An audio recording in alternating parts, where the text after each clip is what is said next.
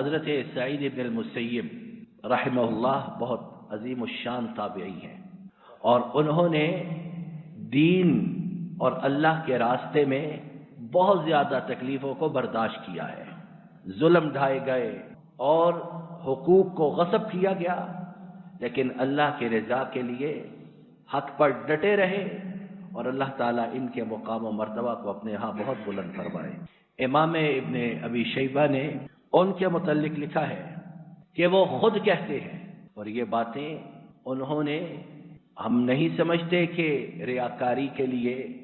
یا دکھلاوے کے لیے یا شہرت کے لیے یا لوگوں میں اپنے نام کو بلند کرنے کے لیے کہیں، اللہ نے، ہم سمجھتے ہیں اللہ نے کہلوائیں اپنے فضل و کرم سے تاکہ قیامت تک کے لیے محفوظ ہو جائیں کہ اے مسلمانوں، جن کے تم پیروکار ہو، جن کے ماننے والے ہو، جو تمہارے بڑے ہیں، وہ اس طرح کے ہوتے ہیں، اور جنہیں ہم نے بڑا بنا رکھا ہے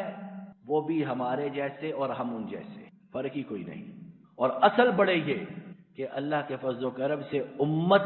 کا دائرہ کار ہر میدان میں کہاں سے کہاں پہنچا دیا۔ کیا کہتے ہیں حضرت سعید ابن مسیب رحمہ اللہ؟ وہ کہتے ہیں کہ 30 برس کو 3 دن نہیں، کو 3 ہفتے نہیں، کو 3 مہینے نہیں، کو 3 سال نہیں، 30 برس ہو گئے ہیں میں آذان کی آواز مسجد میں آ کر سنتا ہوں، یعنی 30 برس ہو گئے ہیں اذان کی آواز مسجد میں آ کر سنتا ہوں۔ اور وہ خود بیان کرتے ہیں کہ میں، حضرت امام ابن سعد نے ان کا یہ قصہ بیان کیا کہ 40 برس ہو گئے، 40 برس ہو گئے ان کی نماز باجماعت فوت نہیں ہوئی ہے۔ 40 برس کو 4 مہینے، 4 ہفتے، 4 سال،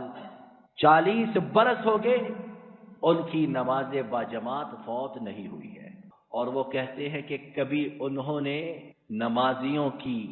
گدی، گردنوں کو نہیں دیکھا ہے۔ کیا مطلب؟ کہ پہلی صف کے نمازی جو پیچھے ہو ہماری طرح کے، وہی دیکھیں گے نا آگے والے لوگوں کو، تو جو پہلی صف میں ہو اس نے تو آگے دیوار ہی دیکھنی ہے۔ تو 40 برس یہ کیفیت رہی کہ پہلی صف میں نماز پڑھتے رہے اور انہوں نے اپنے آگے نمازیوں کی گردنوں کو نہیں دیکھا ہے۔